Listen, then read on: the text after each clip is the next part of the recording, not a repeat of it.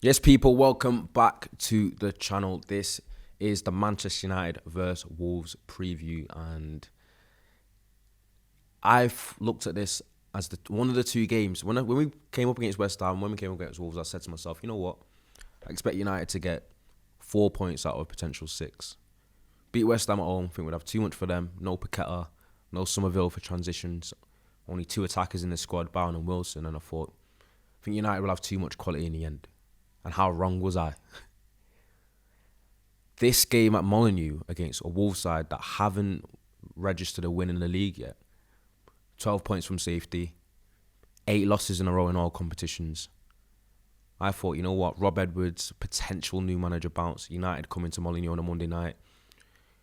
Apparently one of the toughest places to go, Premier League players say, in terms of the ground and the atmosphere. And I thought United are going to drop points there and draw. Won't lose, but we'll draw.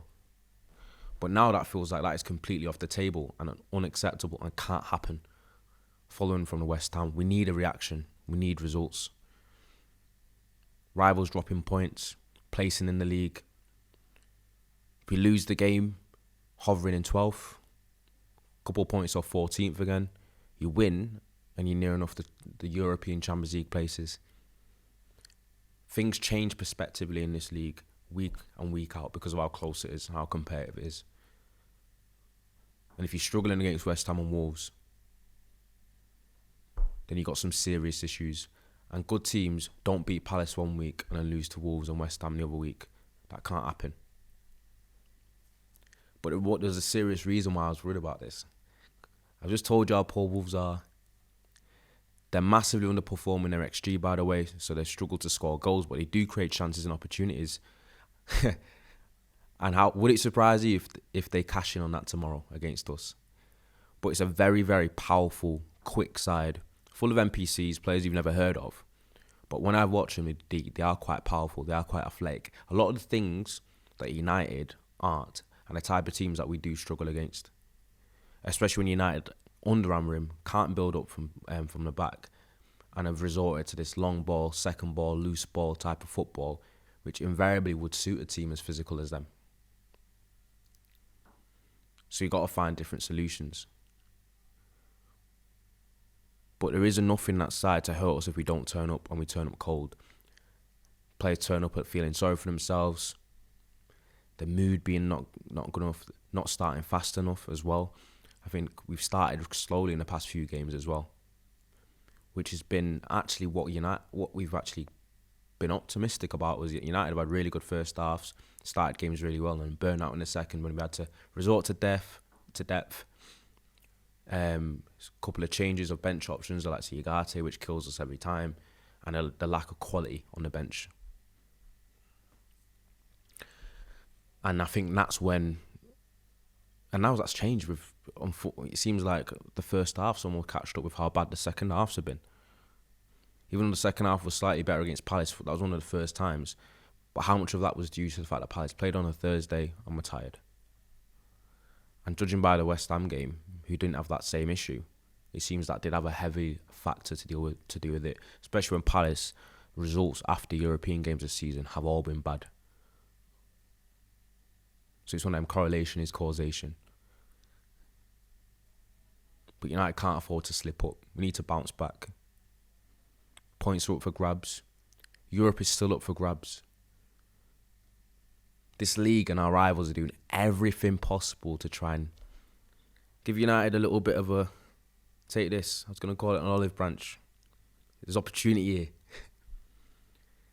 Have it. Here's the European placings. But we never make anything easy enough. We always make it difficult. And it's another game like West Ham. Interesting enough, West Ham have played a lot of games. They're playing against Brighton now, where it's a 3-5-2. And they almost kind of match up a little bit systematically with the 3 at the back. West Ham actually turned up with Nuno, surprisingly, and played 4 at the back. Played a system that they usually play against lesser sides. So I didn't think if they probably didn't believe in themselves man to man, they were trying to find overloads in different scenarios, which they did at times. But this Wolves side is usually one that will play with a back 5. But you never know how our players, our manager and a team is going to turn up against United, because I think we are one of the easiest teams to prepare for tactically. So I do think teams do spot weaknesses and will change things and exploit those. I've talked about the concerns. I've talked about the potential threats. You've got the like of Strand Larsen, and then you've got obviously Hwang, got like Arias. I think it's going to be another one of those auditions of midfielders from the Premier League with Joe Gomez. Then you've also got, who do you have now? Andre as well. There's enough there. I think defensively they're a bit shaky, but I tell you what,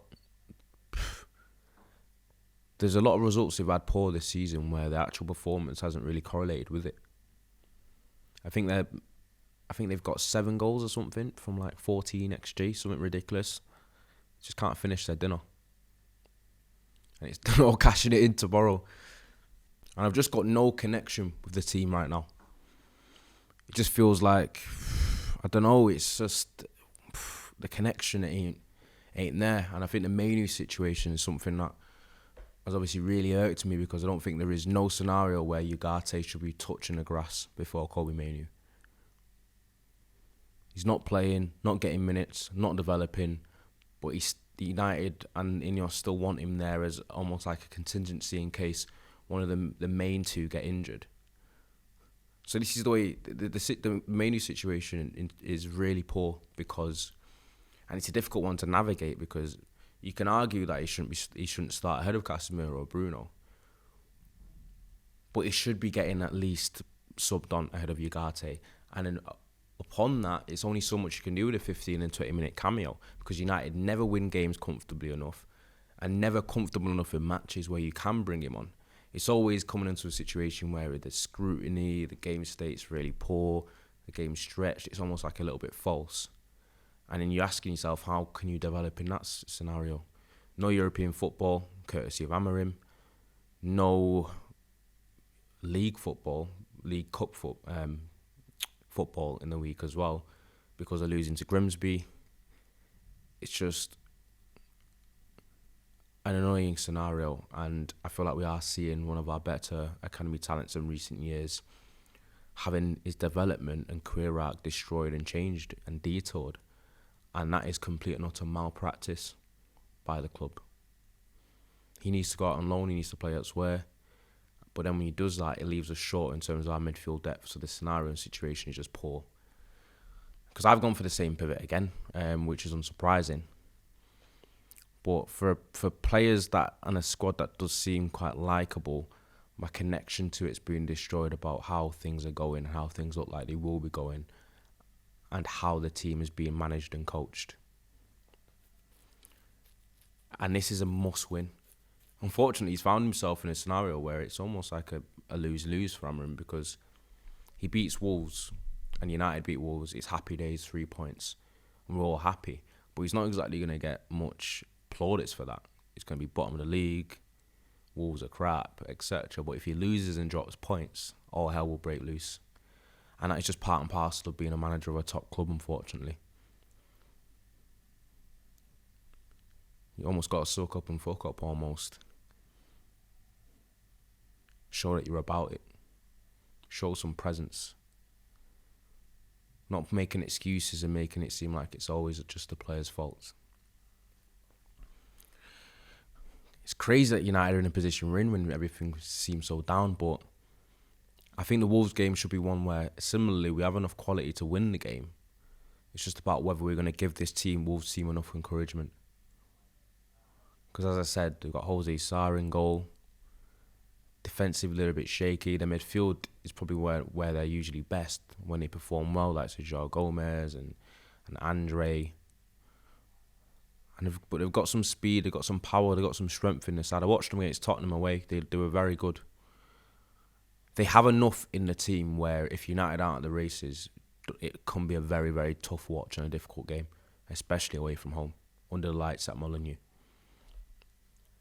And they'll be licking their lips, thinking it could be a scalp. United have often everyone's cup final as well, and that always adds to it.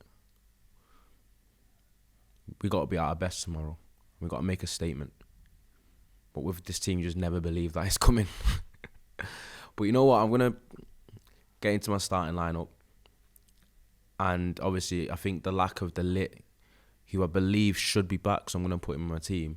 I think he was a big miss in terms of his presence in the middle. I think Aiden Heaven had a seriously struggling game, and he didn't really get out much from around him.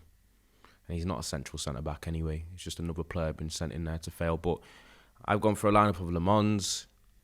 I've gone for a back three of Euro back in.